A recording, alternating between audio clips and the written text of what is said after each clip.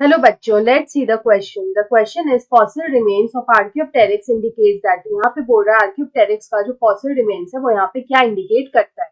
Option A is it was a flying reptile from Permian period. Option B is it was a flying reptile from Jurassic period. Option C is reptiles gave rise to birds during Jurassic period and option D is reptiles gave rise to birds during Permian period। तो यहाँ पे अगर हम लोग बात करें Archaeopteryx की, तो यहाँ पे हम ये देखते हैं कि ये जो आर्कियोप्टेरिक्स होता है ये यहाँ पे किस पीरियड में मिलता है। तो यहाँ पे अगर हम लोग बात करें तो archaeopteryx was found in late Jurassic period. ये हमें मिला था लेट जुरासिक पीरियड में।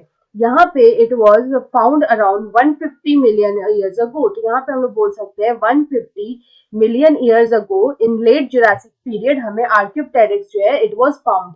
अगर हम लोग यहाँ पे आर्कियोप्टेरिक्स की बात करें तो यहाँ पे जो आर्कियोप्टेरिक्स होता है it is considered to be, हम लोग बोल सकते हैं कि it is considered to be the connecting link, या फिर हम लोग बोल सकते हैं it is considered to be the transitional link.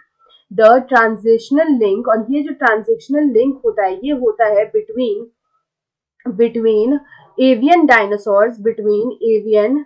dinosaurs and modern birds इसके बीच में यहाँ पे इसको कनेक्टिंग लिंक माना जाता है। तो यहाँ पे मॉडर्न बर्ड्स और एवियन डायनासोर्स के बीच में कनेक्टिंग लिंक माना जाता है आर्कियोप्टेरिक्स को। यहाँ पे इनमें बोथ रेप्टाइल और एवियन फीचर्स थे। अगर हम लोग आर्कियोप्टेरिक्स की बात करें तो हम लोग बोल सकते हैं दे हैड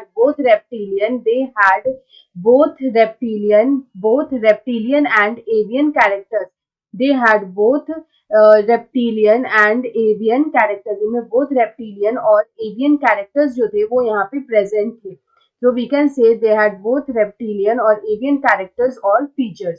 यहाँ पे अगर हम देखें तो इस क्वेश्चन का जो करेक्ट आंसर होगा वो होगा हमारा ऑप्शन सी में जो दे रखा है कि reptiles gave rise to birds during Jurassic period. So option C is the right answer. I hope you understand this question well. Best of luck.